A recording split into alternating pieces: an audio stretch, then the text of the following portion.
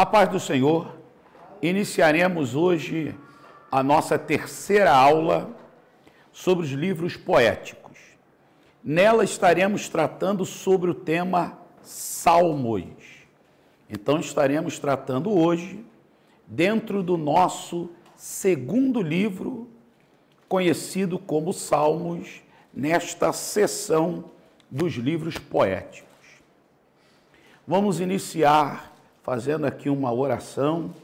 Convido aos irmãos que estão na nossa aula online que possam também orar conosco.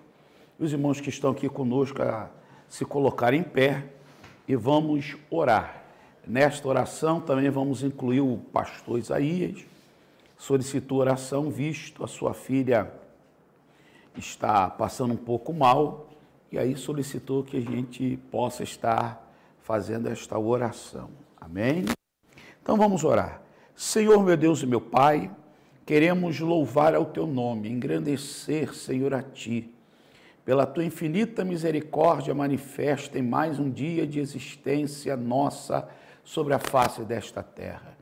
Muito obrigado, Senhor, pela possibilidade de termos gozado a vida neste dia. Muito obrigado pela Tua guarda, pela Tua proteção. Muito obrigado pelas atividades diversas que realizamos neste dia. Te glorificamos porque a Tua mão tem sido poderosa sobre as nossas vidas.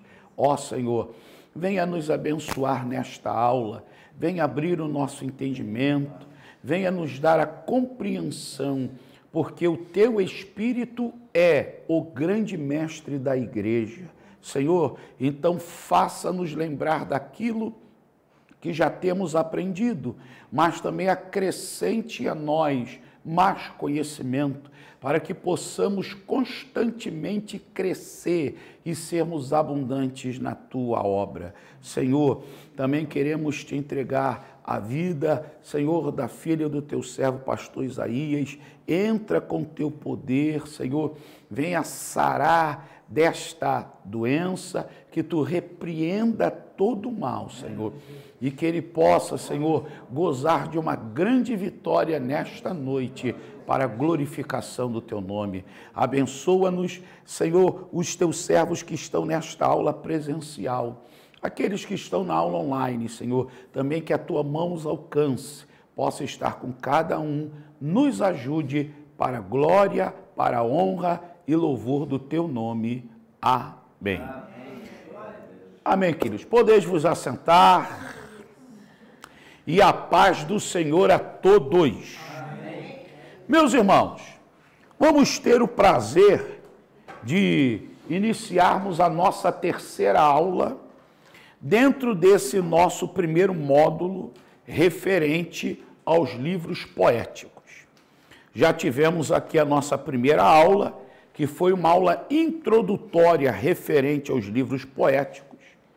Na última aula, tivemos aqui a oportunidade de estudar sobre o livro de Jó, e hoje nós vamos iniciar a nossa primeira aula dentro dos Salmos. Então teremos a nossa terceira e a nossa quarta aula tratando alguns princípios dentro do livro dos Salmos. Bem, vamos iniciar trazendo aqui a nossa primeira pergunta. Temos aqui, por que o livro de Salmos é o mais lido das Sagradas Escrituras? Alguém se torna voluntário, certo? Aqui, minha irmã, é todo seu. Mas a irmã pode ler, querida, fica à vontade. Por causa da sua intensidade espiritual. Amém. Amém. Bem, irmãos, vamos entender que o livro dos Salmos, tão conhecido, a forma original hebraica, Sefer Tehillim, na verdade é o rolo dos louvores ou livro dos louvores. É o nome originalmente na sua forma em hebraico. na realidade, todo cristão tem uma proximidade com este livro, certo? Mas a nossa irmã nos trouxe aqui um princípio interessante. Leia novamente aí, irmã. Por causa da sua intensidade espiritual. Amém. Então, por que o livro dos Salmos é o mais lido das Sagradas Escrituras? Por causa da sua intensidade espiritual.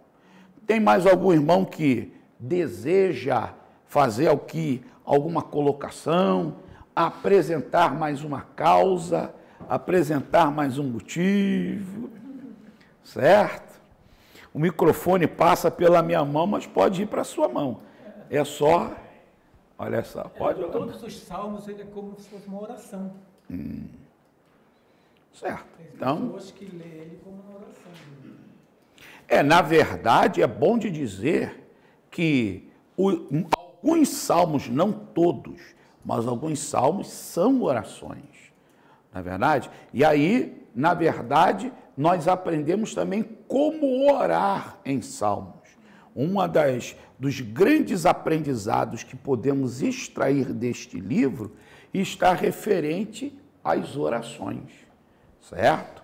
Mais algum irmão deseja falar, certo? Por causa da sua intensidade espiritual, também foi dito que também pode ser um manual de oração, colabora na oração, certo? Alguém quer mais? Aqui, minha querida, fique à vontade. Esse livro de Salmos também, ele nos desafia, nos incentiva a louvar e adorar ao Senhor, né? Que muitos louvores que a gente escuta até nas igrejas hoje em dia é tirado justamente do livro de Salmos, né? Que é um livro que são poesias, então isso incentiva as pessoas a escrever músicas que nós ouvimos hoje em dia através desses louvores escritos em Salmos. Ok. Então, Salmos também é uma fonte inspiradora para adorarmos a Deus, sem dúvida alguma. E é importante de entendermos aí que essa adoração ela pode expressar-se através de louvores e através da maneira de viver, porque nós adoramos a Deus não só louvando a Ele, mas também vivendo de uma forma digna.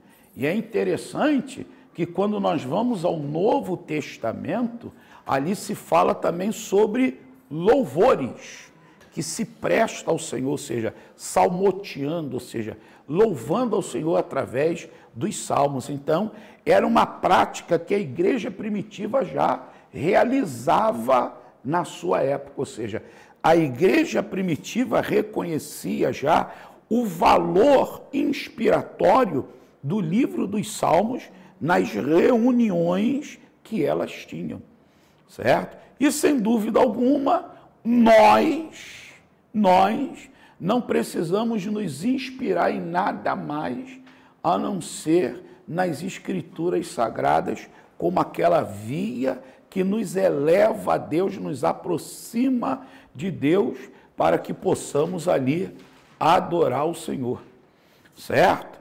Então, é um livro, voltando aqui, que nos leva a adorar a Deus. E interessante que nos Salmos, nós temos o quê? A manifestação de Deus. Deus se revelando através de circunstâncias que cada um salmista passa, ou dentro das necessidades de cada um salmista, certo? Deus se manifestando como eterno, Senhor, Deus, soberano. Ou seja, quando nós lemos os Salmos, está recheado das atribuições divinas, daquilo que Deus é, daquilo que Deus faz, certo? Ainda dentro do nosso tema, porque o livro de Salmos é o mais lido das Sagradas Escrituras. Depois...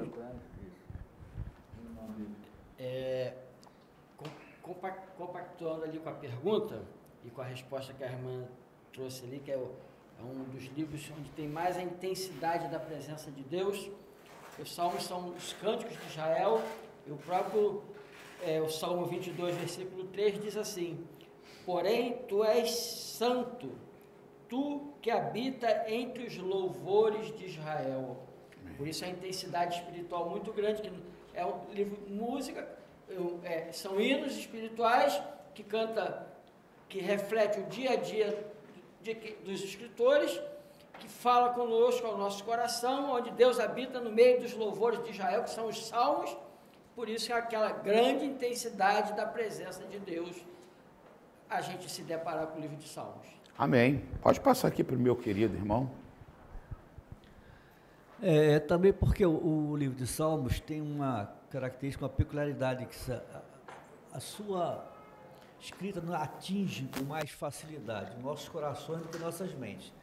Traduzindo, quer dizer, ele nos traz emoções com muita facilidade. Essas emoções nos trazem um melhor contato, a tal da intensidade espiritual. Nos facilita a nossa comunicação com Deus. Amém. Na verdade, quando nós lançamos mão do livro dos Salmos, nós vamos observar que a adoração não é uma obrigação. A adoração é um privilégio. Não é isso? E quando entendemos que é um privilégio, então derramamos a nossa alma diante de Deus. O livro dos Salmos também é interessante, porque talvez seja uma parte bem atrativa nele, é que observamos o desnudar da alma dos escritores. Ou seja, os escritores, eles expõem a Deus as suas limitações, as suas fraquezas, pecados, não é isso? Aquilo que tanto incomoda a alma, momentos de angústia, momentos de aflição.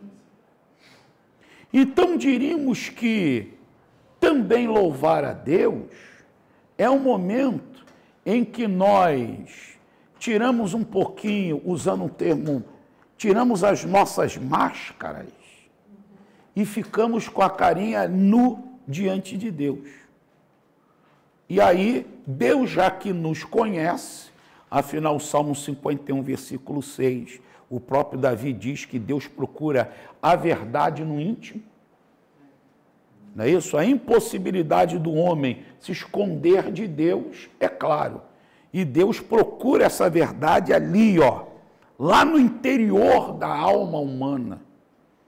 Então, é claro que os salmistas, diante do Senhor, seja na forma da oração, seja na forma do louvor, é nítido como eles se deixam desnudar.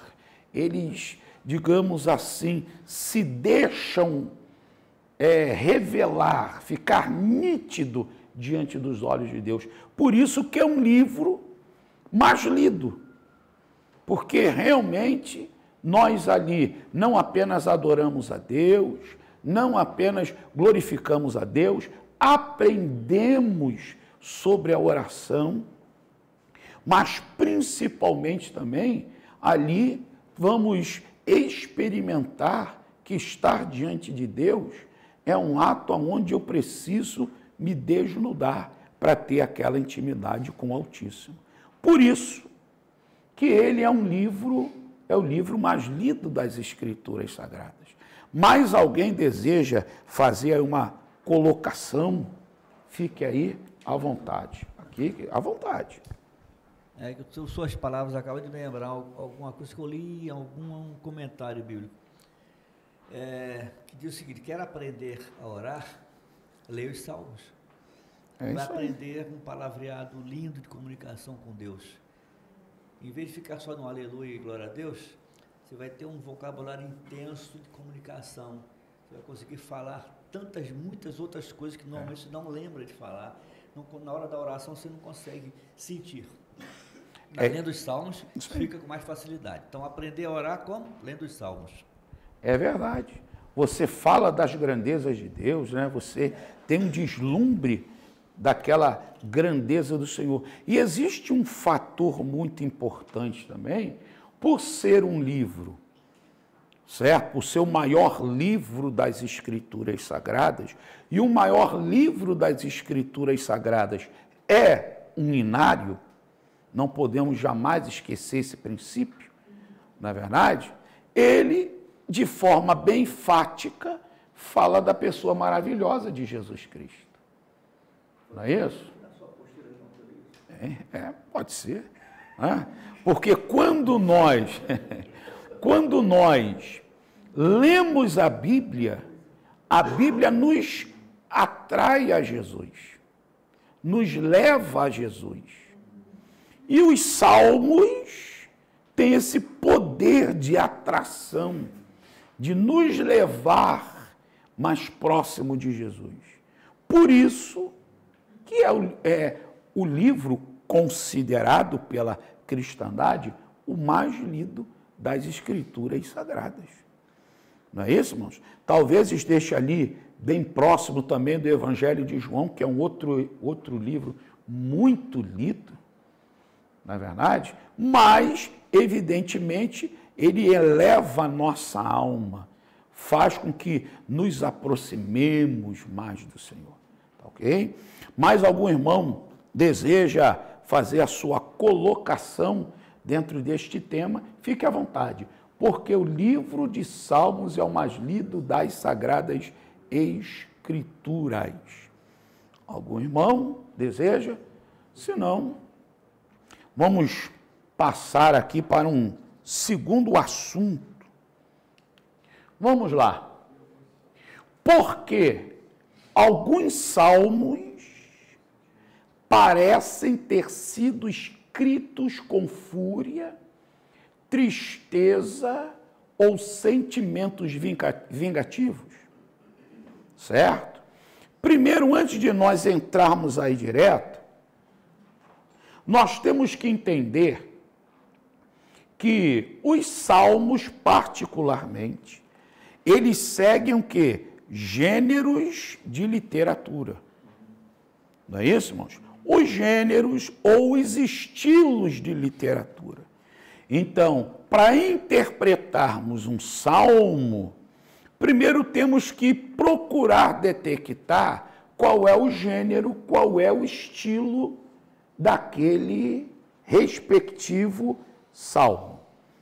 Bem, já sabemos que existem salmos de adoração, salmos de ações de graça, salmos da lei ou da palavra, salmos messiânicos, salmos científicos, correto?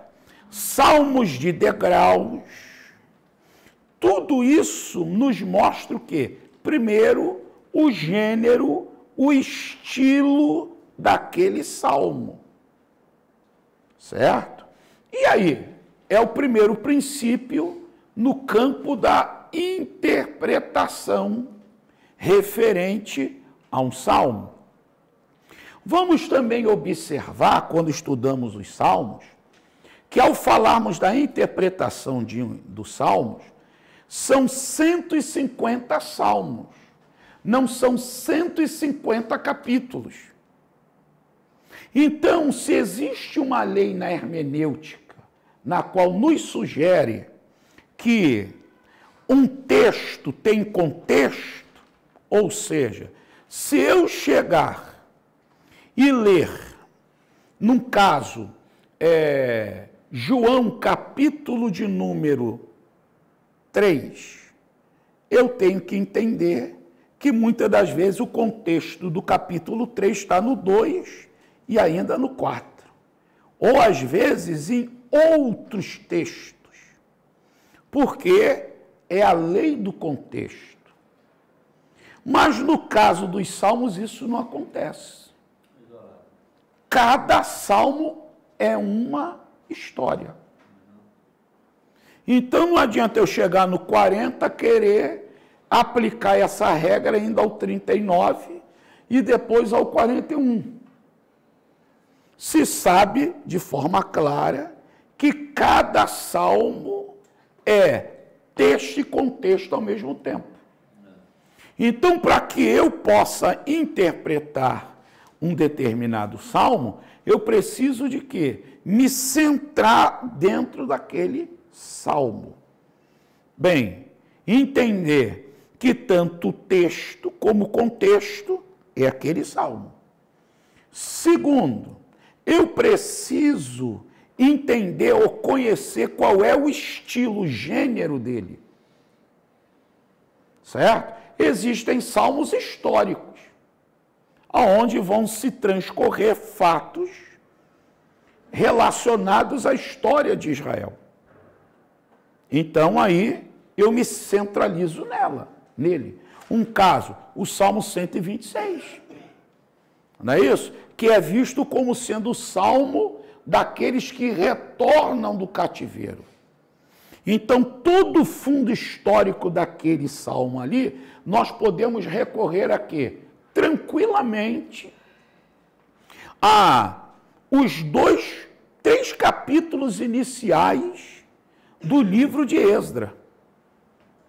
Então, para comentar acerca do Salmo 126, nós temos que conhecer profecias referentes à restauração do cativeiro, conhecer um pouquinho referente ao livro de Esdra, aonde vai nos informar sobre esse primeiro retorno. Ou seja, para entendermos o Salmo 126, temos que recorrer a outros textos. E isso colabora porque lança luz à nossa visão. Certo? Um exemplo, o Salmo 126, qual o salmista começa assim, falando sobre alegria. Né? Grandes coisas fez o Senhor por nós, por isso estamos alegres.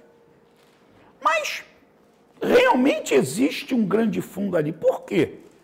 Primeiro, eles são convidados a retornar para a sua terra depois de 70 anos.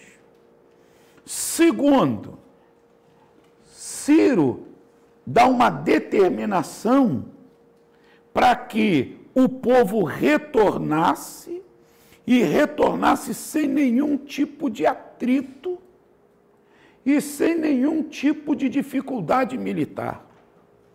Ciro ainda, ele determina que o povo fosse e ali reconstruísse o templo com dinheiro bancado pelo governo. Isso é um reino ímpio. Como não se alegrar com isso?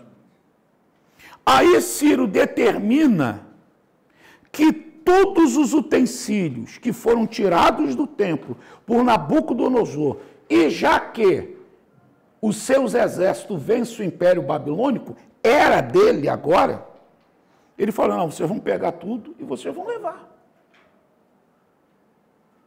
Então, quando ele começa a falar, grandes coisas, pessoal, por isso que estamos alegres. Veja aí. Então, para a gente entendermos essa expressão, nós temos que irmos a alguns textos referentes o quê? Ao fundo, ao contexto histórico. Existem salmos que ficam claro o seu fundo histórico. E tem salmos que não temos essa facilidade. Então, para entendermos este grupo aqui, por que alguns salmos parecem ter sido escritos com fúria, tristeza ou sentimentos vingativos.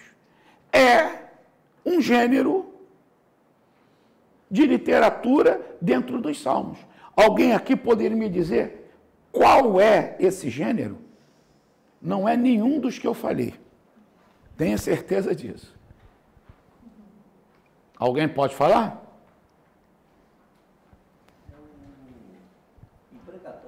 Aqui, meu santo. É o senhor, pode falar. Salmo e pregatório. Ok. Aquele que é uma maldição. Isso aí. Certo, irmãos? Então vamos lá. Por que alguns salmos parecem ter sido escritos com fúria, tristeza ou sentimentos vingativos?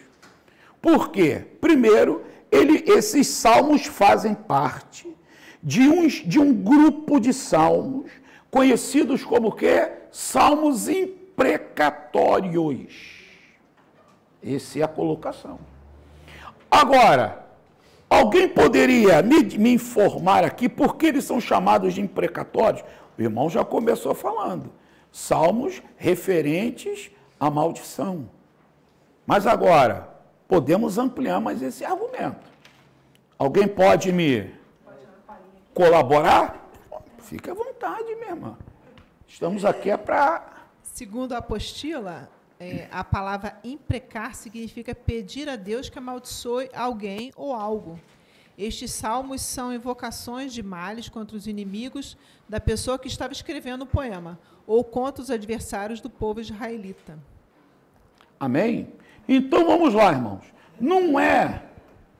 Vamos entender que a motivação do salmista é quando ele estava sendo perseguido,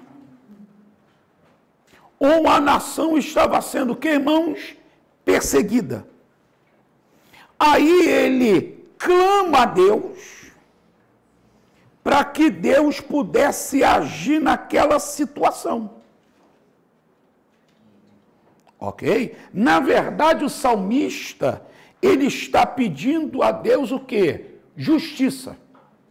Senhor, fui caluniado, faça justiça. Senhor, estou sendo perseguido sem motivação nenhuma. Senhor, faça justiça. Senhor, estão querendo nos destruir, acabar com o teu rebanho, no caso a nação de Israel. Faça justiça. Entendido? Então, os salmos imprecatórios, eles solicitam a Deus uma intervenção dentro de uma situação que os salmistas, os escritores não podem, mas eles sabem que Deus pode. E aí é a solicitação para que Deus venha aplicar o quê? A sua justiça. Correto? A justiça divina, que é um atributo divino, é um atributo de Deus, e interessante que é um atributo que ele compartilha com o homem, só que a justiça em Deus é perfeita, e nós é imperfeita, mas nele é perfeita. Ela está dividida em dois ângulos. O primeiro ângulo, a justiça remunerativa. O que é a justiça remunerativa? É quando Deus abençoa aquele que lhe é fiel. Toda vez que eu recebo uma bênção, é Deus exercendo a justiça dele. Estou te abençoando. Você é fiel, você é temente. Certo? Então a justiça de Deus vai me remunerar, vai me abençoar pelos aqueles atos de fidelidade que tenho para com ele. Mas existe a justiça punitiva. Desprezo a Deus, persigo a Deus, ao povo de Deus. Quero a destruição. Aí Deus vem e aplica a sua justiça punitiva. Um exemplo dessa maneira, quer ver? Ó, é quando nós chegamos no Egito. Israel está no Egito. Ali nós temos a justiça remunerativa, Deus guardando, protegendo, livrando, abençoando Israel. Mas a justiça punitiva sobre o Egito, que desprezava a Deus, fazia pouco caso de Deus, fazia pouco caso da palavra de Deus. Aí Deus falou, beleza, então vamos fazer o seguinte, eu coloco aqui uma linha divisória, o meu povo está guardado, protegido, e vocês debaixo do juízo. Acabou. Certo? Então, alguns salmos realmente podem nos levar a entender que o salmista está furioso, que o salmista está com aquele sentimento vingativo. Deus, vai lá e acaba com tudo. Mas, na realidade, ele está clamando a Deus por uma circunstância que ele está passando, ou a nação está passando, e ele sabe que só Deus pode intervir, dá um basta. Certo, irmãos? Algum dos irmãos querem sugerir algum salmo? 35. Salmo 35.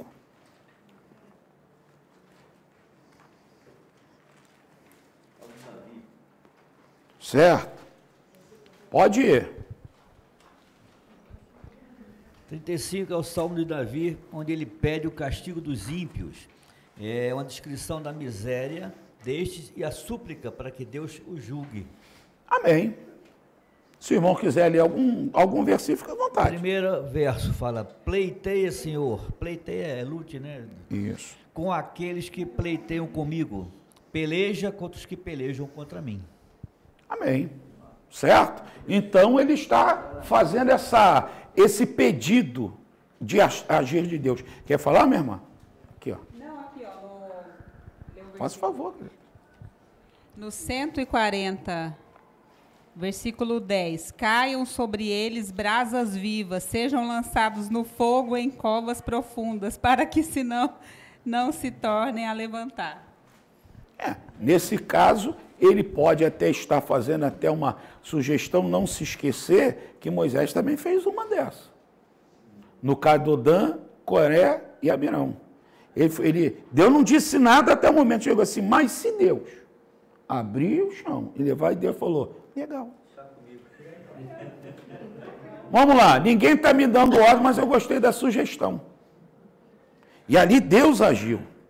Não estou dizendo que nesse caso, especificamente do texto lido aí, aconteceu ou irá acontecer. Eu só estou dizendo ao irmão, quando nós solicitamos a intervenção de Deus, no caso, na sua justiça, que Deus é o único que consegue ser justo, ele consegue se irar e não pecar. E alguns podem até ficar um pouco... Deus consegue ser vingativo, mas manter a sua perfeição do seu caráter. Ele nunca cometerá algo que irá ferir a sua própria santidade. Então, até nesses momentos, o salmista, ele expõe a Deus e Deus vai lá e aplica a justiça dele como ele deseja. Certo? Um exemplo, também temos aqui, ó, o Salmo 52. Não é isso, irmão? O Salmo 52. Não é isso? Então, esse salmo é um salmo de quem, irmãos? De Davi. Agora, é um salmo com fundo histórico. Não é isso? Porque esse salmo nos leva aonde, irmão?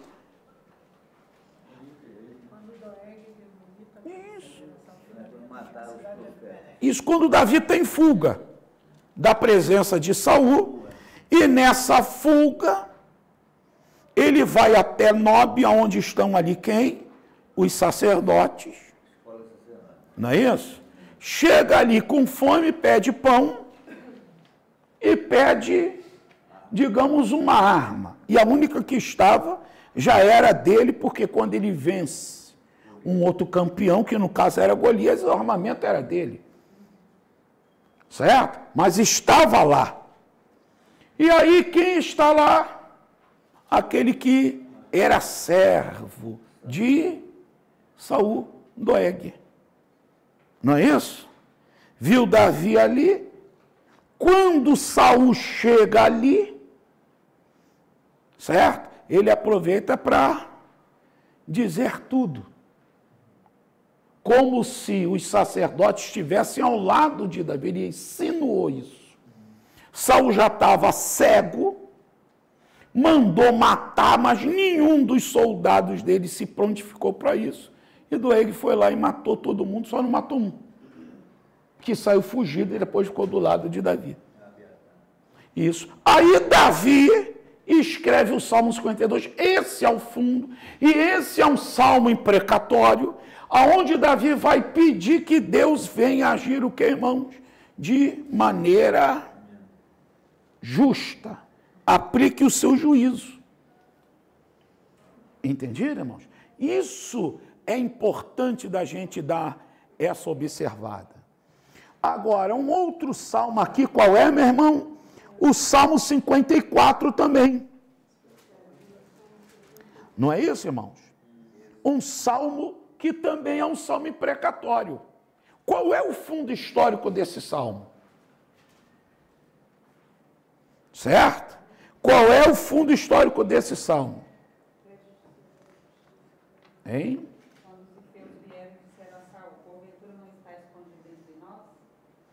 Isso aí, irmãos. Aqui a Bíblia está falando sobre os cifeus. Não é isso?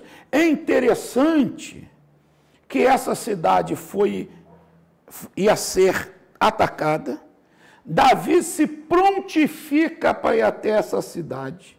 Vence os inimigos. É quando Saul toma conhecimento que Davi está lá. Aí sabe o que Davi? Ele pergunta ao Senhor: Senhor, eles vão me entregar na mão de Saul? Aí Deus falou: vai. Ou seja, Deus está vendo o que aconteceria. O que Davi faz? Vai embora. Veja como Deus Deus viu o que aconteceria com Davi se ele ficasse. Só que Davi não ficou. Davi veio embora. Agora, por este ato de Davi ter socorrido esta cidade, e literalmente seria traído, ele pede que Deus venha o que, irmãos? Agir com justiça. Certo? Então, o grupo desses salmos tem esse fundo. Então, quando a gente pegar um certo salmo desse, a gente tem que ler, reler.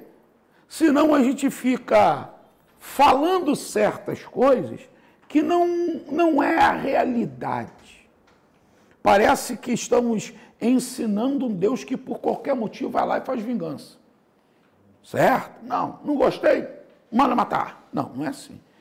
Veja bem, existem causas, se coloca na mão do Senhor, e o Senhor, justo e reto como Ele é, Ele vai aplicar o que deve ser aplicado naquele momento. Então, por que alguns salmos parecem ter sido escritos com fúria, tristeza ou sentimentos vingativos? Porque fazem parte dos grupos dos precatórios. O salmista solicita a intervenção de Deus, certo? Em um momento crítico que ele está passando de perseguição, de calúnia, aonde alguns pensam destruí-lo, matá-lo não somente a ele, ou até mesmo a nação. E aí ele ergue a sua mão e fala: Senhor, intervém aí, porque não dá. Como o caso do Salmo 54, não se esquecer que é um princípio referente ao que Davi passou com quem? Com Saul. Um certo estudioso diz que Davi, ele foi perseguido 21 vezes por Saul. Certo, irmãos? Saul tinha um exército de 3.000 soldados para persegui-lo. Por aí. Certo? Na verdade, Davi não tinha paz. Davi vivia sob uma pressão tremenda. Correto? Bem que quem teve a oportunidade de matar mesmo foi Davi. Em 2 oportunidades. E nas 2 ele não fez. Não é isso? Porque ele respeitava o que? A unção. Ele entendia que Saul não era um problema dele. Saul é um problema de Deus. Deus que chamou, ungiu ele, então fica aqui. Deus vai cuidar dele, não é meu. Por isso que os salmos imprecatórios têm isso. Deixa, está na mão de Deus. Entenderam, irmão? Então, o irmão aí observe como Davi tinha essa noção. E o Salmo 54 é escrito em um desses episódios. Ok? Certo? Então, esse é o nosso grande fundo quando tratamos referente a esses salmos conhecidos como imprecatórios. Alguém quer fazer mais alguma exposição? Fique à vontade. Senão, vamos aí para um terceiro. Tudo bem? Então, vamos lá, irmãos. 3. O que são salmos messiânicos? E como eles são interpretados no Novo Testamento? Bem, vamos então fazer mais aqui uma pequena lembrança. Quando falamos em salmos messiânicos, logo estamos falando de um dos gêneros de literatura que os salmos fazem parte, certo? Falamos aqui de alguns gêneros, como o pregatório, o histórico dos degraus, de ações de graça, de adoração, da lei ou da palavra, salmos científicos. E este gênero de literatura é conhecido como os salmos messiânicos. Logo nos leva a entender que este grupo de salmos são salmos que tratam acerca da pessoa do Messias, do ungido, do enviado, que é a ideia logo da palavra Messias, o Mashiach. Não é isso, irmãos? Bem, partindo daí, é lógico que os salmos têm uma ligação direta com a pessoa do Senhor Jesus Cristo.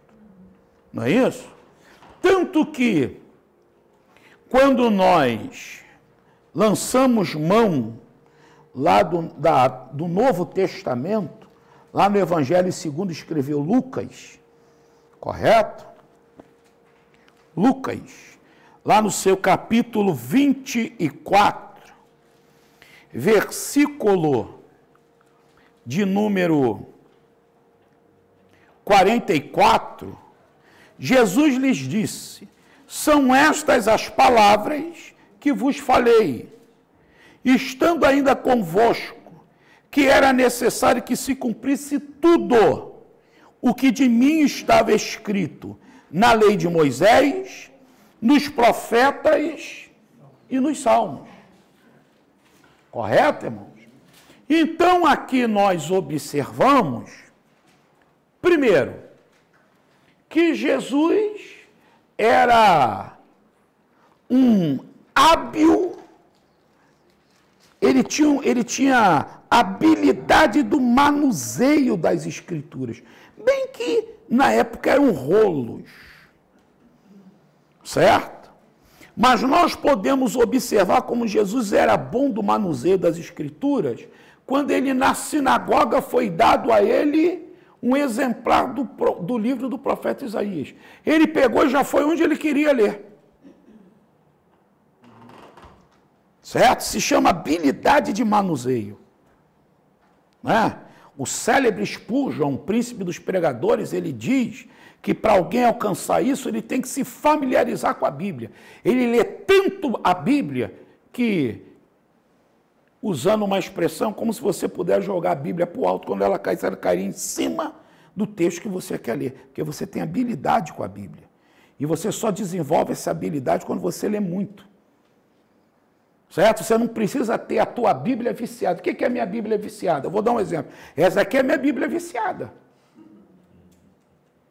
Está vendo como ela está? Essa tem uns 25 anos comigo. É a quinta capa.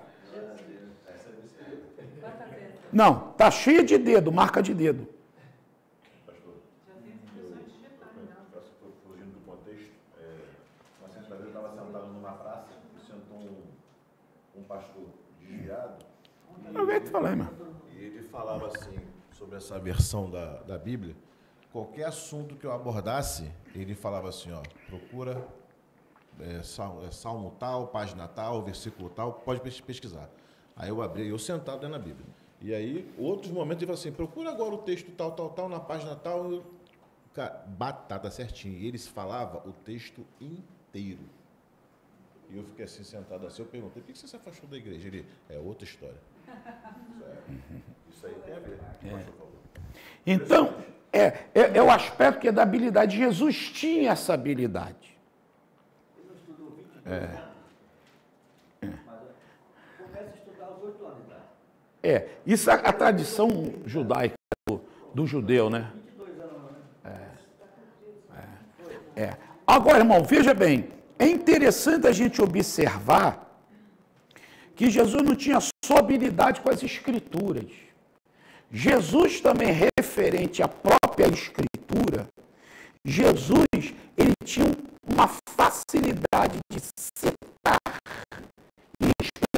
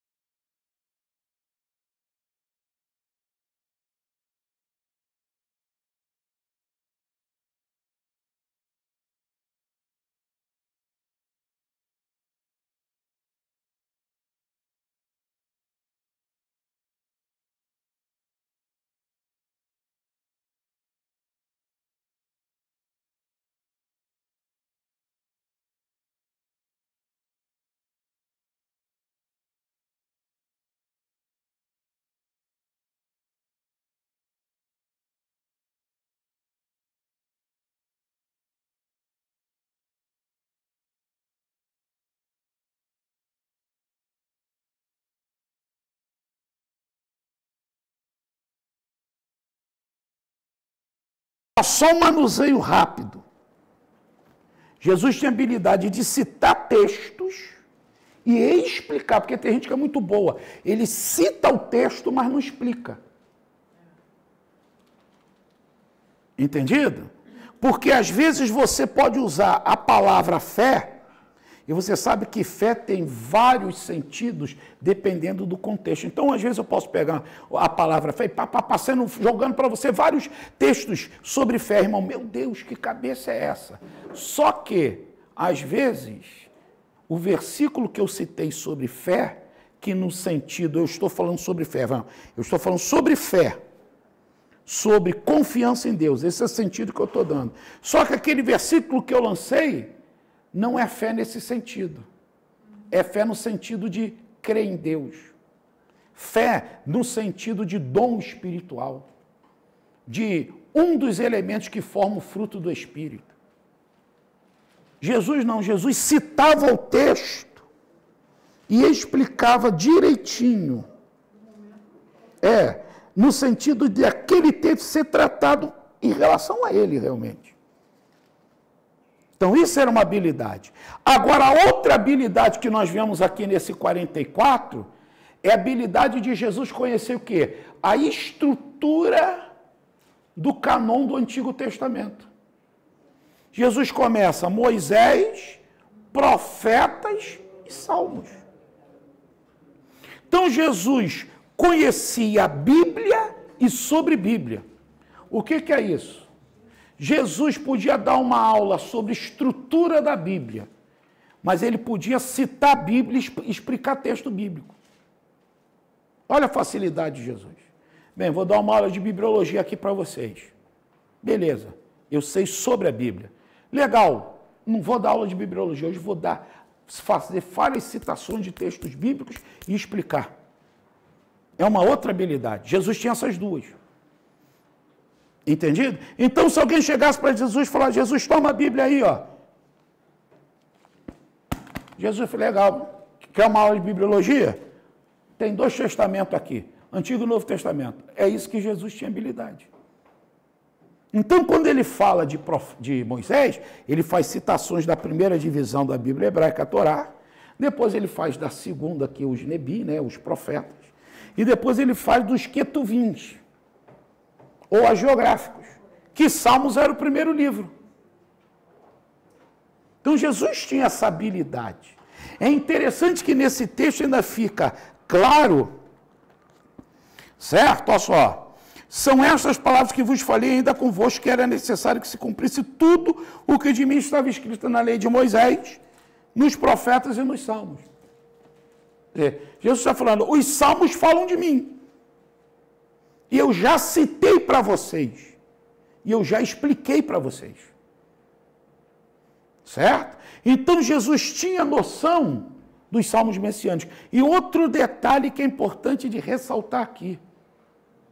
Esse é um princípio hermenêutico criado por Jesus, usado pelos apóstolos e usado pela igreja até o dia de hoje. Qual? Que existem textos bíblicos que são exclusivos em relação a Jesus. Por isso que eles são chamados de profecias ou mensagens messiânicas. Mas quem foi o primeiro a trazer isso à tona? Jesus. Então também é um estilo de interpretação. Entendido? Criado por Jesus. É como se Jesus falasse, filho, ó, você já leu vários textos lá em Salmos, não leu? Legal. Mas sabe o que esse salmo fala de mim? Esse versículo fala de mim. Aí foi abrindo a mente daqueles que estavam ali. Se você tem dúvida, agora você não precisa ter mais dúvida. Certo? Aí esses grupos fazem parte, o quê, irmãos, dos salmos, o quê? Messiânicos. Certo? Então, os salmos messiânicos nos dão um deslumbre acerca de quem é Jesus. Correto, irmãos? Vamos lá. Algum irmão tem em mente algum salmo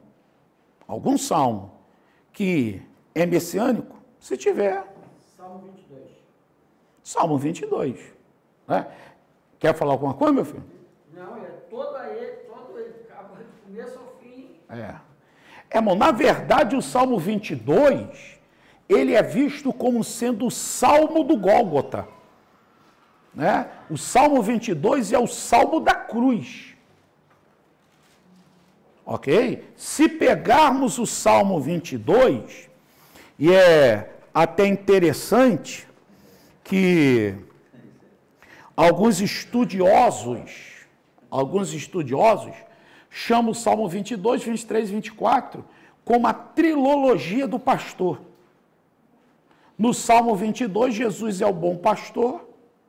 No Salmo 23, ele é o grande pastor. E no Salmo 24, ele é o sumo pastor. No Salmo 22, como bom pastor, ele morre pelas ovelhas. No Salmo 23, como grande pastor, ele ressuscita para cuidar das ovelhas. E no Salmo 24, como sumo pastor, ele volta para levar as suas ovelhas para si. Aí é o arrebatamento da igreja. Depois vão entender? Então, por isso que ele é visto como uma trilologia do pastor. Certo? Mas bem, o Salmo 22, que é um salmo que trata referente ao quê? Ao Gólgota.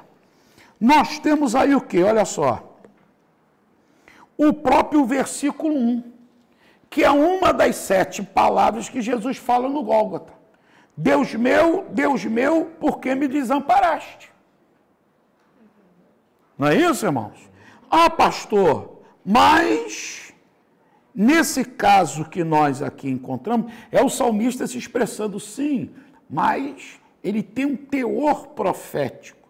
E veja que Jesus utiliza ele aonde? No Gólgota. Correto? Os irmãos continuam observando. E leem aqui, ó, o versículo 7. Todos os que me veem zombam de mim.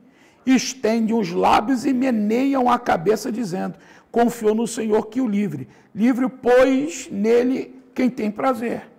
É mais um texto referente ao quê? Ao que Jesus está passando no Gólgota. O versículo 14. Como água me derramei e todos os meus ossos se desconjuntaram. Isso fala sobre aquele momento de levantar e descer, que a pessoa sofria em grande agonia na cruz. Certo? O meu coração é como cera, derreteu-se no meio das minhas entranhas. Foi quando o soldado foi lá, deu um golpe, o coração de Jesus já tinha arrebentado. Entendido?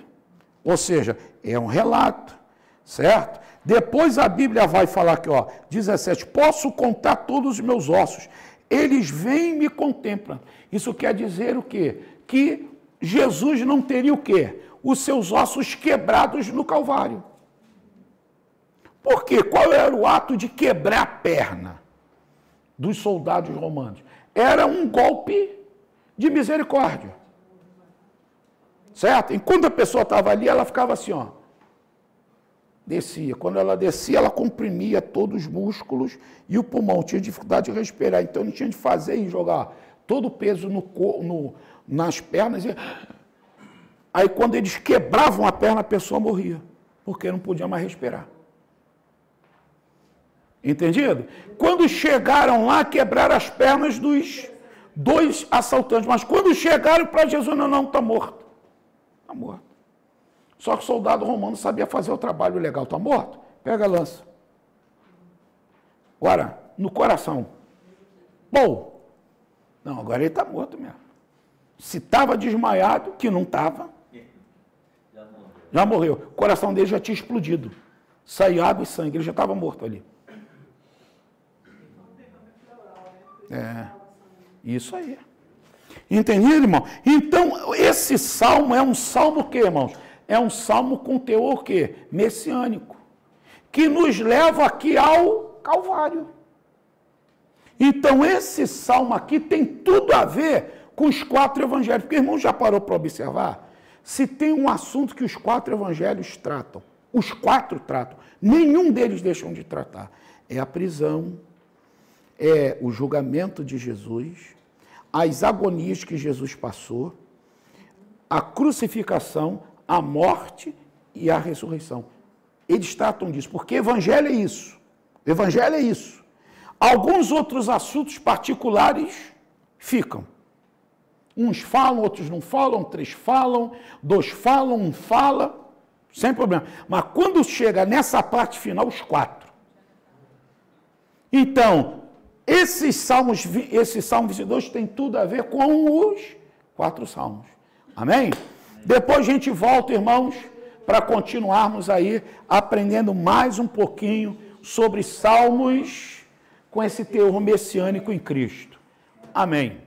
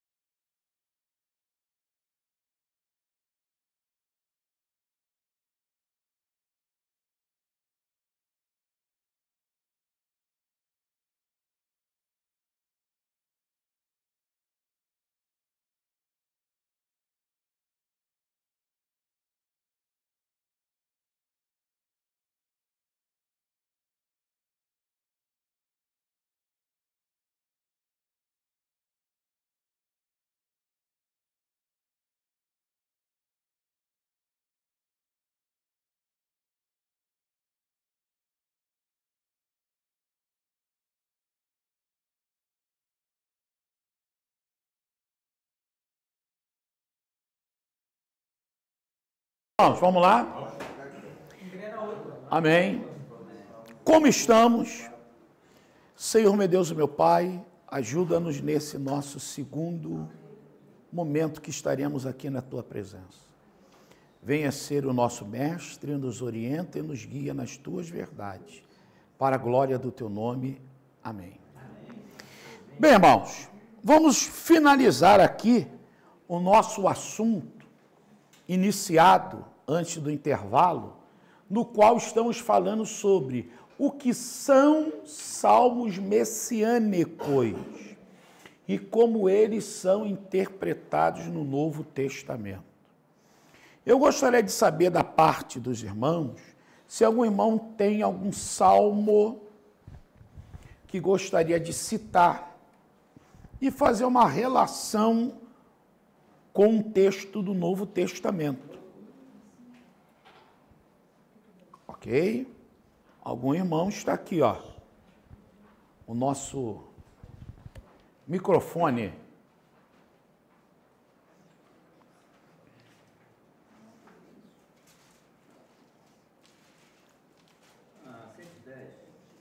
Salmo 110. Está aqui, querido.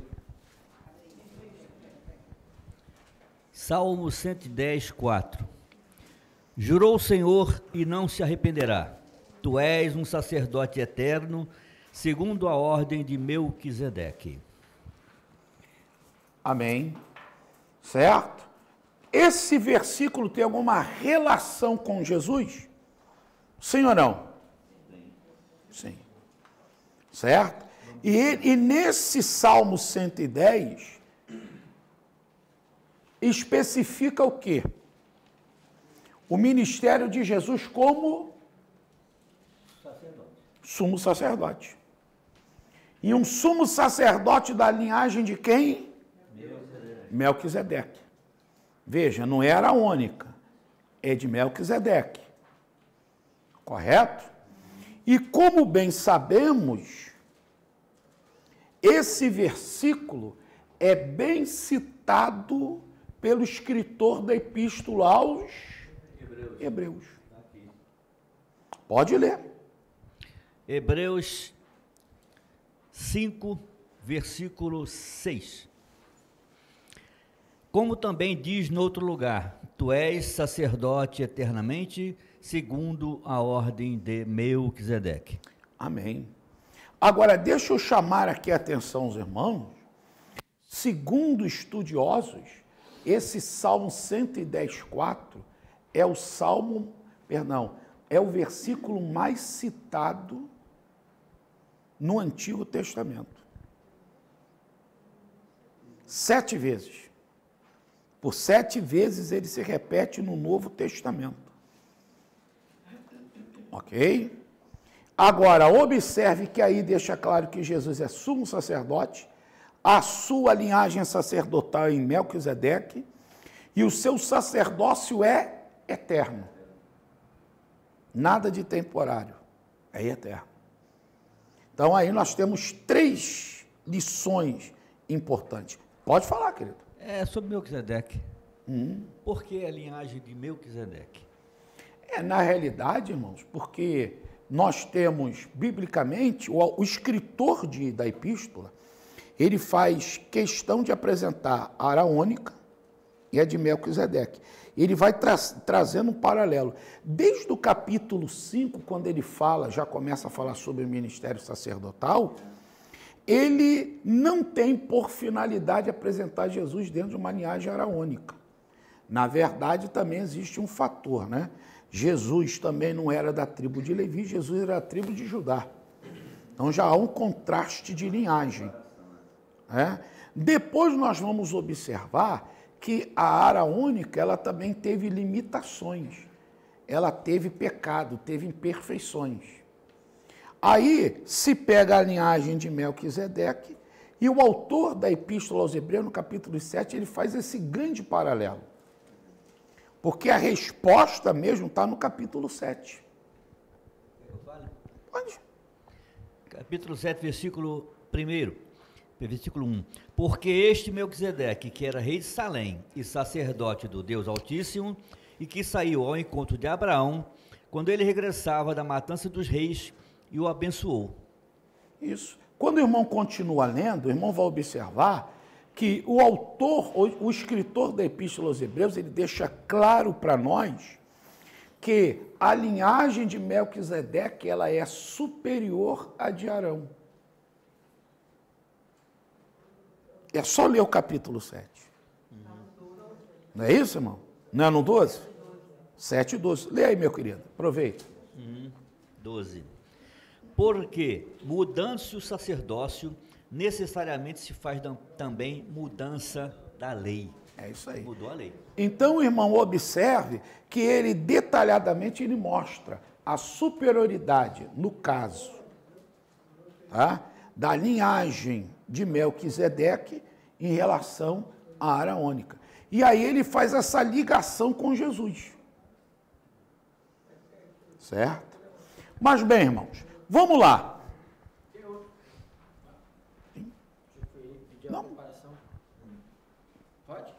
À vontade, querido, à vontade. É um dos mais conhecidos, né? Não, tranquilo. É o Salmo 23. O Senhor é o meu pastor, nada me faltará. E ali, Davi se fazendo como a ovelha, ele, plena confiança no pastor. Certo. Independente das adversidades, o pastor cuida dele. E se cumpre, né, assim, claramente o livro de João, no capítulo 10, onde o Senhor diz: eu sou o bom pastor, conheço e sou conhecido das minhas ovelhas e dou a minha vida pelas ovelhas. É, isso aí. Se cumpriu integralmente. Integralmente. Então, irmãos, nós temos alguns salmos, alguns versículos que são dentro dos salmos messiânicos, e existem salmos que são quase na sua totalidade messiânicos. É o caso do 22, é o caso do 16. O 16 é visto como sendo o salmo da ressurreição. O Salmo 2, não é isso aí, irmão? O Salmo 2, que ali apresenta aí já um futuro reino de Jesus como Filho de Deus. Então, os salmos são ricos na sua mensagem messiânica. E esse paralelo entre está no Antigo Testamento e se cumpre no Novo Testamento é um princípio criado por Jesus e aplicado pela igreja até o dia de hoje. Tá ok? Bem, mas vamos lá. Vamos aqui uma quarta pergunta. Qual é a principal finalidade de Salmos? Quanto à adoração, como a linguagem poética dos Salmos deve ser entendida, certo? Não podemos esquecer que estamos diante de uma obra poética, que vai usar figuras de linguagem, certo? Sabemos já pela nossa aula introdutória que Salmos é visto como um lírico poético, ou seja, canções em versos que seguem a uma poesia ou que seguem poemas. Não é isso, irmãos? Sabemos que existem vários tipos de figura de linguagem. Quando a Bíblia fala sobre a mão de Deus, os lábios de Deus, isso é um antropomorfismo. Quando fala do amor de Deus, da bondade de Deus, até mesmo da ira de Deus, tudo isso é um antropopatismo, ou dar a Deus emoções humanas. Então é rica com figuras de linguagem. Metáforas, comparações, então, são tremendas. E tudo isso o intérprete dos salmos, ele precisa levar em conta. Ok? Ele precisa levar em conta, para que ele possa ter as suas devidas compreensões. Agora, qual é a principal finalidade de Salmos quanto à adoração? Alguém deseja se manifestar? Faça ao breve.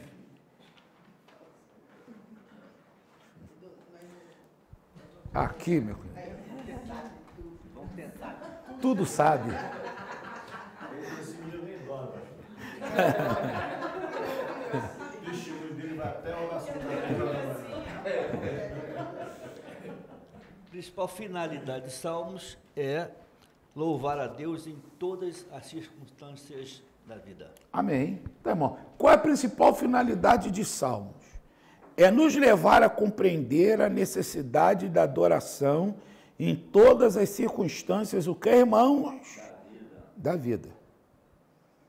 Não é isso? Na realidade, o adorador sente a necessidade de adorar. E ele entende o privilégio que é adorar. Ok? Só que a ideia de adorar, que é a ideia de elogiar, que é a ideia de falar bem, denota que o adorador, ele precisa conhecer a quem ele vai adorar. Não é isso? Por isso que nós podemos fazer uma breve ligação entre essa pergunta e a primeira. Que na primeira nós falamos aqui sobre a adoração, sem dúvida. Mas a gente pode aprofundar mais o conceito de adoração.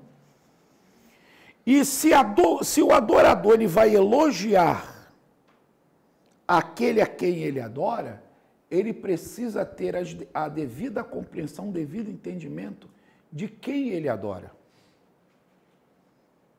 Não é isso? Por isso que nós já tratamos, mas é bom de relembrar, que Salmos ele facilita. Os Salmos, para aquele que é um leitor, facilita aquele momento do joelho, facilita aquele momento da adoração. Isso aí. Porque você descortina nomes de Deus, atributos divinos. Então, aquele que está manuseando a Bíblia, não é isso? Ele vai ter uma visão, da adoração nas circunstâncias que ele está passando. Ou seja, quando nós pegamos aqui os Salmos, e nós já vimos aqui, é que os Salmos, você pode adorar a Deus em circunstâncias adversas. Nós vimos o caso aqui de Davi no Salmo 54, no Salmo 54, isso mesmo. Não é isso? Mas ele está adorando a Deus, está sendo perseguido. Não é isso? Quando você também pode, mais à frente, diante de uma circunstância de pecado, ele agora adora a Deus derramando a sua alma diante de Deus, clamando pelo perdão. É porque também uma adoração insere o quê? O reconhecimento pessoal de quem eu sou e de quem é Deus. Quem adora tem essa noção também. Quem sou eu? Pecador. Quem é Deus Santo? Certo? Agora eu vou me aproximar dele. Então, antes de me aproximar, Senhor, já começo por aqui pedindo perdão. Porque se o Senhor não me perdoar, não dá nem para chegar aí. Agora, eu só chego aí porque o Senhor está me perdoando, está exercendo graça na minha vida, eu estou chegando. Isso aí. Não é isso? Então, esses princípios de adoração, eles vão ficando claros. Correto? Em Salmos nós vamos observar que não é o ser religioso. Ser religioso já sabe a regra da religião, já sabe as repetições da religião, já conhece o posicionamento referentes a um louvor, referentes a uma oração. Isso aí está preso ao ritualismo. Mas aprendemos que a adoração em salmos é espontânea. É aquela que vem da alma, não é aquela que vem do teu intelecto, mas vem da alma. Tá certo que quem adora é inteligente. Não é isso? Porque para citar os nomes de Deus, atributos de Deus, sem dúvida alguma, ele tem esse entendimento, ele aprendeu isso. Mas ele não fica só no conceito seco da teoria. Ele consegue ter a teoria, mas ele consegue ser um adorador, um potencial que ele chama alma e não só intelecto. Porque o intelecto cansa, o intelecto fica seco. Mas quando você convida a tua alma, aí você passa alguns momentos, não é momento, é alguns momentos com Deus, porque a tua alma está numa profunda ligação com Deus. Certo? Então é vital em Salmos essa compreensão. Certo? E quando nós vamos observar a adoração em Salmos, é um convite do teu ser. Você, ao lermos o Salmo 103, ele diz, bendiz a minha alma ao Senhor e tudo que é em mim, bendiga o teu santo nome. Não é isso? É um convite para tudo que está em você. Isso aí. Porque, afinal de contas, tudo foi criado por Ele. E quando você adora, tudo tem que estar adorando a Ele. Entendido? Aí que esse é o potencial da adoração. Que às vezes a gente não tem essa noção. Pastor, por que a gente não consegue, às vezes, ficar um certo tempo em pé adorando? Ou um certo tempo de joelho? Talvez seja porque a gente não entendeu esse potencial de nos convidarmos integralmente ao Senhor. Aí é corpo, alma, espírito, as faculdades do corpo, as faculdades da alma, a faculdade do espírito, ou seja, uma totalidade adorando a Deus. Quando a gente consegue fazer isso, meu irmão, ilustrando aqui, é igual a Moisés. 40 dias e 40 noites no monte, sem comer, sem beber, tranquilão. Voltou, fez o que precisou voltar e toma mais 40 dias e mais 40 noites. Aí quando desce de lá, quem olhava para ele, via uma glória. Só assim, também. Isso é verdade. Entendido? Então é um aspecto importante que nós observamos em Salmos. Entendido? E é interessante que em Salmos nós aprendemos na adoração que não são homens perfeitos. Não é isso? Deus não está esperando de mim, de você, que venhamos ser perfeitos para adorá-lo.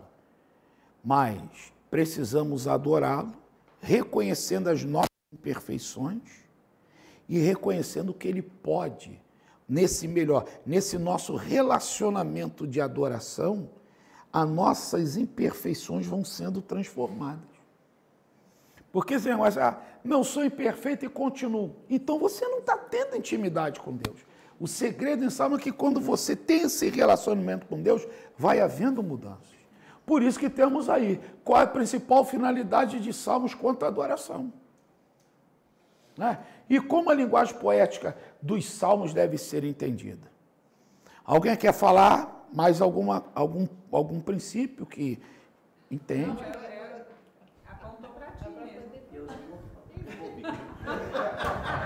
E aí, é para ti ou para tu? Ou é para tu? Fala aí. Como deve ser entendido linguagem poética? É. Isso é fácil, não sei não. Deixa eu ver se é isso que eu só estou querendo ouvir. Fica à vontade. A linguagem poética dos Salmos deve ser entendida como o homem falando para Deus, ao contrário do restante da Bíblia, que é Deus falando para o homem. Sim. Não sei se será isso. Não, sem dúvida. Certo? É aquele princípio que nós já falamos. Salmos é um lírico poético. São louvores, certo? Em formas de poemas. E como segue-se em grande parte dentro da poesia hebraica, existe o tal do paralelismo. Salmos, nós vemos isso de forma tremenda. Correto? Lembre-se também dos chamados, o que, irmãos? Os agrósticos. Não é isso aí, irmãos? Quando, às vezes, alguns irmãos, poxa, irmão, explica. Por que essa palavra Aleph aqui primeiro, beta, gama, dalete? Não é isso? Mas, hoje, nós sabemos que é uma característica da poesia hebraica, na qual alguns capítulos, diríamos, certo? Não só de Salmos, mas também tem Provérbios, Livro das Lamentações, mesmo que não venha a ser considerado exclusivamente um livro poético, mas tem um teor poético nele, não é isso? Ali você tem iniciais do alfabeto hebraico. Por isso que eles são chamados de acrósticos. E um exemplo desse, nós temos o Salmo 34, que nós já citamos aqui. Temos o maior salmo, que é o Salmo 119. Não é isso, irmão? O acróstico ali é fabuloso. Não é isso aí? Então, irmão, observe que isso tudo são as características da linguagem poética dos salmos. Falamos também um outro aspecto muito importante aqui, sobre essa linguagem poética, sobre as figuras de linguagens. O antropomorfismo, antropopatia, metáfora, símile, e tantas outras que fazem parte das chamadas figuras de linguagem, que também são utilizadas aonde? Nos salmos. Não é isso? Nos deixando claro e bem evidente esse teor poético. Certo? Bem, vamos aqui a mais uma pergunta. Alguém que quer fazer mais alguma colocação, fique à vontade, hein, irmão? À vontade. Se não há, dou-lhe uma, dou-lhe duas, dou-lhe três. Quinta pergunta. Vamos aqui, irmãos. Qual a importância de Davi na coletânea de Salmos?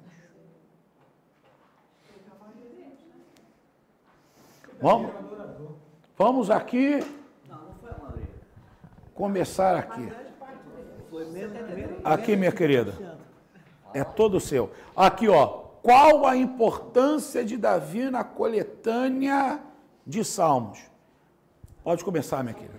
Ele escreveu uma grande parte dele, 73, né, dos 150, e ele era um adorador, assim, com afinco, né, de verdade mesmo. Tanto que Deus o chamava de... Todas as pessoas conheciam ele como segundo coração de Deus. Isso aí. Que ele sempre errava, mas sempre estava disposto a pedir perdão e se colocar sempre na dependência total da vida dele aos pés do Senhor. Então, ele escrevia esses salmos como uma adoração, e ele se colocando bem pequenininho diante do Deus enorme que ele servia, né? Amém. Veja, irmão, a nossa irmã fez duas colocações importantíssimas, tá? Depois, vamos agora digerir essas informações para depois recebermos mais informações. Então, foi colocada, primeiro, Davi é o maior escritor dos Salmos. Aí vai algumas afirmativas que a gente tem que tomar cuidado. Às vezes a gente lança a mão dos Salmos, né? Antes de chegar a falar o Salmo que nós vamos ler, abramos a nossa Bíblia nos Salmos de Davi. Pode ser que o Salmo que você vai ler não é de Davi. Concorda comigo, irmão?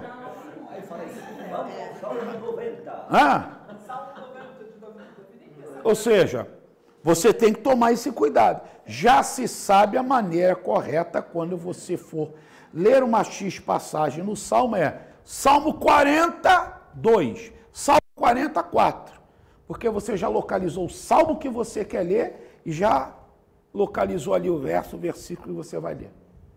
Deu para o irmão entender? Não é, não, vamos abrir a Bíblia no livro dos Salmos, o Salmo 40. Não precisa falar isso. Irmão, Salmo 42. Ou vamos ler o Salmo 40 inteiro. Acabou. Não precisa ficar abrindo, vamos abrir a Bíblia no livro dos Salmos. Não precisa disso. É tanta desnecessário. É um tanto desnecessário. Tá ok? Mas bem, então isso é um princípio. Mas dos 150 salmos, bem colocado pela nossa irmã, 73 são de origem de Davi. Então isso daqui é importante, certo? Agora, entendamos que esses 73 salmos são salmos escritos em vários períodos da vida de Davi. Não é isso aí, irmão? Ele está cuidando de ovelha, compõe. Ele está em fuga, compõe. Absalão arma para tomar o trono, ele compõe. Saul quer a cabecinha dele, ele compõe. Não é isso, mãe? Os amonitas se levantam, ele compõe. Ele peca, compõe o salmo. Alcança perdão do Senhor, compõe salmos. Não é isso aí? Tem o privilégio de preparar o local para trazer a arca, para o culto ser realizado a Deus, compõe salmo. Então, através dos salmos, nós podemos ver vários períodos da vida de Davi e aprender que em qualquer período da nossa vida, Deus, ele é digno da nossa adoração. Não é isso, irmão? Realmente, pastor, Davi pecou, legal. Todo mundo sabe isso. Não é legal o pecado, é legal, pecou. Mas o procedimento dele em adorar a Deus, porque nesse ato ele se quebranta, se humilha e Deus lhe perdoa. Que adoração é isso aí. A gente acha que a adoração é só chegar exaltando a Deus, glória a Deus, não. A adoração, quando eu também me quebranto, Deus, eu sou pecador, sou ruim mesmo. Preciso da tua misericórdia. Correto? E nesse momento, existe em mim, Deus age na minha vida, e aí eu posso, digamos assim, receber a convicção daquele perdão. Bem colocado. Foi também colocado que Davi, ele é um adorador. Na verdade, usando aqui uma expressão de Charles Shindon, ele faz uma biografia interessante sobre Davi. Ele faz uma série de livros sobre vários personagens bíblicos. E um deles foi sobre Davi. É um dos melhores livros que eu já li sobre Davi. Charles Shindon. E ele diz o seguinte: Davi é o maior adorador do Antigo Testamento. Isso é verdade. Quando nós pegamos não só os salmos, mas também pegamos referências em Samuel, parte de Reis e de Crônicas, meu Deus do céu. Certo? O quanto ele adorava a Deus. Então isso fica nítido que Davi é um adorador em potencial. Certo? Davi seria um modelo de adorador e um modelo de ministro de louvor. Pastor, eu quero aprender a ministrar louvor a Deus, então faça o favor, caia dentro da Bíblia e vai ler bastante assuntos referentes a Davi, tu vai aprender talvez um pouquinho. Entendido, irmãos? Mas duas informações maravilhosas. Está aí, ó. Qual a importância de Davi na coletânea de salmos? 73 salmos, em vários períodos da vida dele. Não é isso? E por que ele compõe 73 salmos? Para você compor 73 salmos, Isso fala de um propósito de adorar a Deus de uma forma profunda, o que ele foi, um adorador em potencial. Mas alguém deseja nos trazer mais uma informação aqui, minha querida, este eu agora soou aos meus ouvidos, eu. Pensei que eu estava com sono.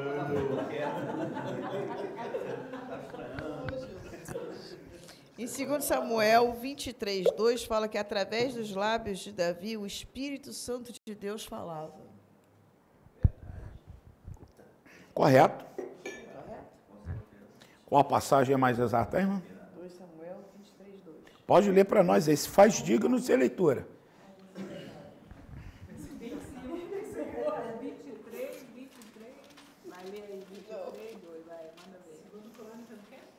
23:2.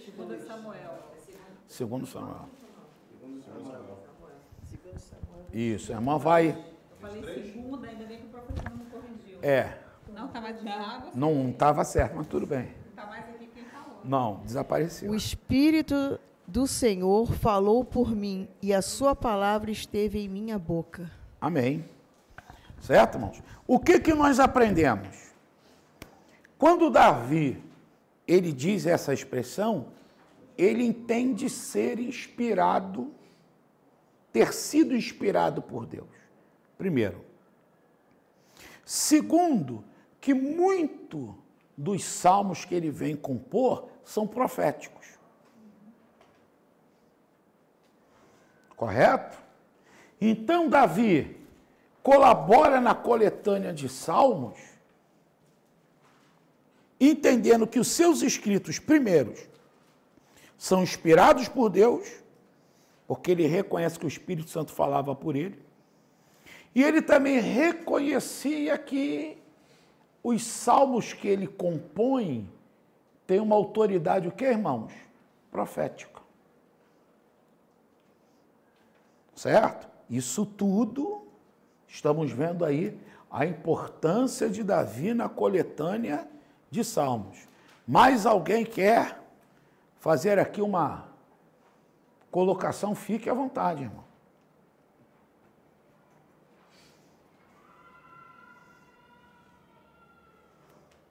Bem, vamos pensar aqui.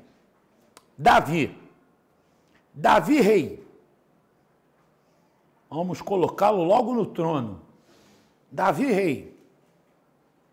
Aí o irmão observa o quanto ele é importante no fator adoração em salmos. Torna-se rei. Primeiro princípio. Ele conquista a fortaleza dos jebuseus. Certo? Que futuramente veio a se tornar a capital do seu reino e tornou-se essa eterna cidade de Jerusalém. Correto? Ali ele compra o eirado do Jebuseu Araúna. Não é isso? Local que depois foi erguido o quê? O templo. São passos, correto? Davi é o primeiro homem a desejar a construção do templo. Proibido por Deus, mas ele desejou. Certo? É o homem no qual Deus confia a planta da construção do templo. Como Deus deu a planta a Moisés do tabernáculo, Deus deu a planta do templo a Moisés, a Davi. 1 Crônicas ali 28, 29, você lê isso. 1 Crônicas 28. Entendido? A Davi. Correto? Davi, ele reúne grandes recursos financeiros das guerras conquistadas. Tiveram guerras que ele pegou tudo e colocava para o Senhor. E algumas ele tirava uma parte e colocava para o Senhor. E lá em 1 Crônicas 29, ele diz claramente que ele já havia reservado um grande valor monetário para a construção, mas ainda ele queria dar mais ao Senhor. Aí ele faz mais uma grande oferta para o Senhor. Então, grandes recursos financeiros vieram dele. Inclusive recursos pessoais, né? Os pessoais. Não só daquilo que ele conquistou, mas dele próprio. Não é isso? Bem, é ele que motiva a Salomão a construção do templo. Ele deixa claro a Salomão que ele seria esse homem que iria erguer. E aí você vê uma sintonia entre Davi e Salomão, né? Entre Jesus e o Espírito Santo. Davi desejou a edificação do templo, mas não edificou. Jesus profetizou a edificação da igreja, mas a igreja se torna realidade no dia de Pentecostes, na descida do Espírito Santo. Então você vê uma sintonia entre Davi e Salomão nesse aspecto, entre Jesus e o Espírito Santo. Bem, aí você continua, Davi ainda. Davi, ele organiza toda a adoração. Onde você tem esse livro das crônicas, a partir do capítulo 6. Davi organiza as funções dos cantores, organiza a função dos levitas. Porque a função dos levitas começava, na época de Moisés, com 30 anos. É só ler números 3 e 4, capítulos 3 e 4. Era com 30 anos a 50 anos. Davi abaixa isso para 25 anos. Então, com 25 anos, os levitas começavam o trabalho. E era diversificado, era tesoureiro, era porteiro, era soldado, eram zeladores, certo? Eram músicos, eram cantores, nem todos eram músicos, nem todos eram cantores, nem todos faziam parte de corais, existiam solistas. Então, a função, ele diversificou o ministério dos levitas, que na época de Moisés era basicamente auxiliares diretos dos sacerdotes. Só. Davi não diversificou. Certo? Então ele cria esse padrão. É ele que também, certo? Ele vai compor os hinos que vão ser usados quando a arca do Senhor entra no templo. É Davi que aí pega a primeira coletânea dos salmos é dele. Porque o irmão sabe muito bem que os salmos foram em 3 fases reunidos. Primeira fase com Davi. Depois, segunda fase com o rei Ezequias. E a última fase com Esdras. Esdras que deu a cara final. Mas quem começou a preparar uma coletânea, como se a gente estivesse falando assim, bem, para adorar a Deus nós precisamos de um inário que exalte a Ele. Eu vou já doar os meus 73 salmos, e sem dúvida alguma, alguns outros salmos já existiam, então ele anexou. Aí ele cria, digamos, o primeiro volume dos salmos, que depois vai ser acrescentado mais alguns com Ezequias e depois Esdras dá o formato final.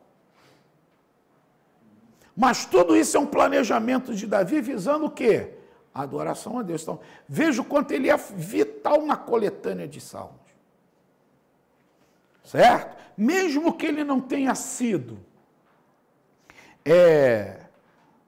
o escritor de todos os salmos, mas ele é o mentor atrás da reunião dos salmos para servirem no culto a Deus. Entendido? Vamos aqui, meu querido.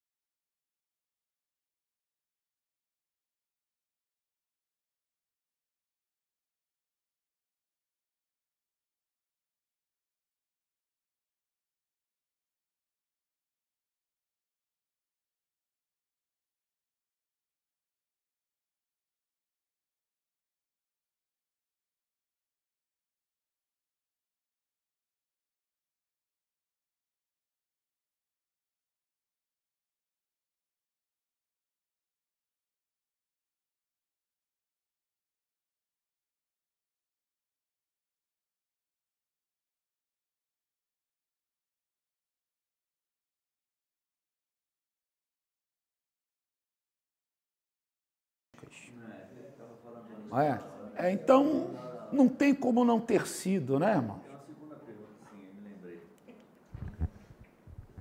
É que o senhor falou que o Davi, ele projetou aquele salmo, escreveu os salmos da entrada, da trazida do arca para Jerusalém. Teria sido ele o autor dos salmos dos degraus, que era o salmo de vinda para o templo, de peregrinação? Na realidade, aqueles salmos ali de degraus, eles são ainda um grande debate, ninguém sabe ao certo. Mas você tem ali alguns salmos de Davi, até salmo de Salomão, você tem o 127 dele. É a partir do 120 até o 134. São ali chamados salmos de degraus. Salmos de degraus, romaria, romagem. Não é isso? O 122 fala, cântico dos degraus de Davi. Isso aí. É inserido, né? Todos falam, 124, Davi. Alguns estão, mas não todos. Não todos. Certo? Então você tem uma diversidade, um grupo diverso. Agora, os salmos... Houve uma reunião, como o caso próprio, a Bíblia fala de alguns de alguns provérbios, que o rei Ezequias, ele determinou a homens que eram chamados sábios, eles reuniram, né? Então você tem você tem provérbios de Salomão, e tem alguns que são também de Salomão, mas foram reunidos pelo rei Ezequias. Então Ezequias colaborou muito nessa área do saber. Não esquecer um detalhe muito interessante, né, irmão? Que aonde existe um avivamento, existe adoração. Nesses reinados de Davi e Salomão, você viu que o povo estava mais devoto a Deus, mais voltado ao culto de Deus. E Ezequias também, que tem um período de avivamento, ele também trouxe ele ressuscitou esses princípios de adoração e de sabedoria, que estão em Provérbios, como também estão nos Salmos.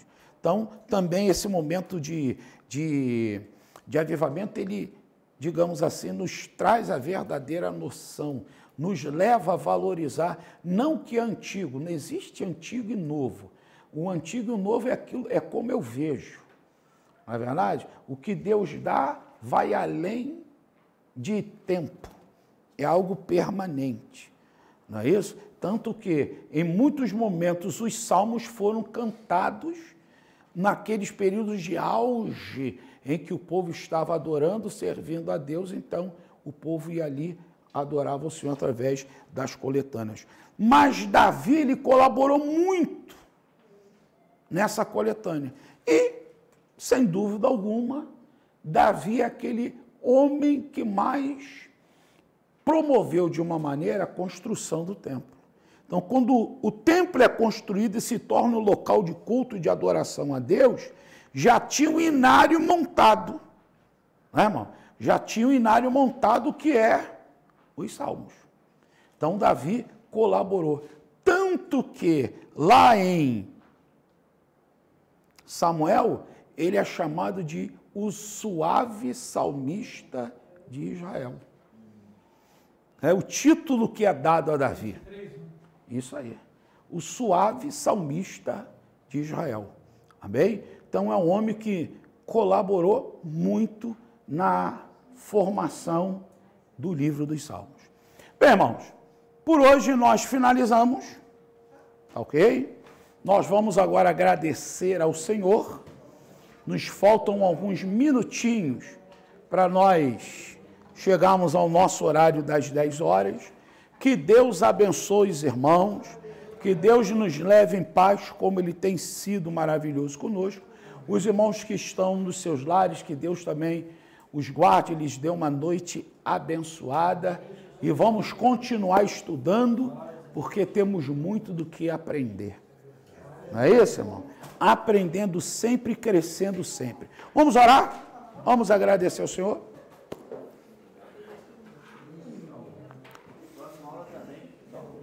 Próxima aula finalizaremos nosso módulo, né? E finalizaremos também com mais algumas perguntas dentro do tema Salmos. Então, que Deus nos abençoe maravilhosamente. Vamos orar.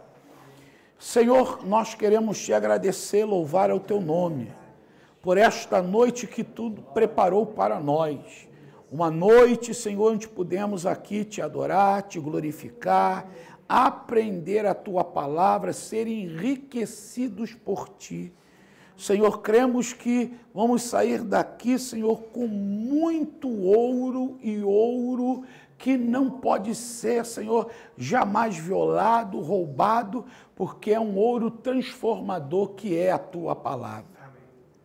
Muito obrigado, Senhor, por esta porta aberta. Continue abençoando, Senhor, essa instituição, abençoando a cada um dos teus servos que estão, Senhor, se doando para que ela seja uma realidade. Abençoe a cada aluno, Senhor, que está aqui na aula presencial, aqueles que estão na aula online, aqueles que estão em vários núcleos.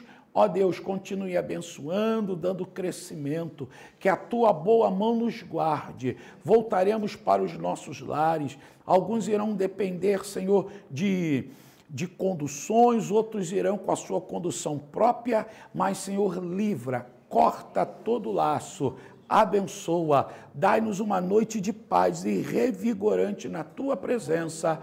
Pai, nós cremos em Ti, também te entregamos a vida do Teu servo pastor Isaías, a sua filhinha. Cremos, Pai, que o Senhor já está agindo, Senhor, de forma poderosa e concederá a ele esta vitória. Te agradecemos em tudo e te louvamos em tudo, para a glória do Teu nome. Amém. Amém.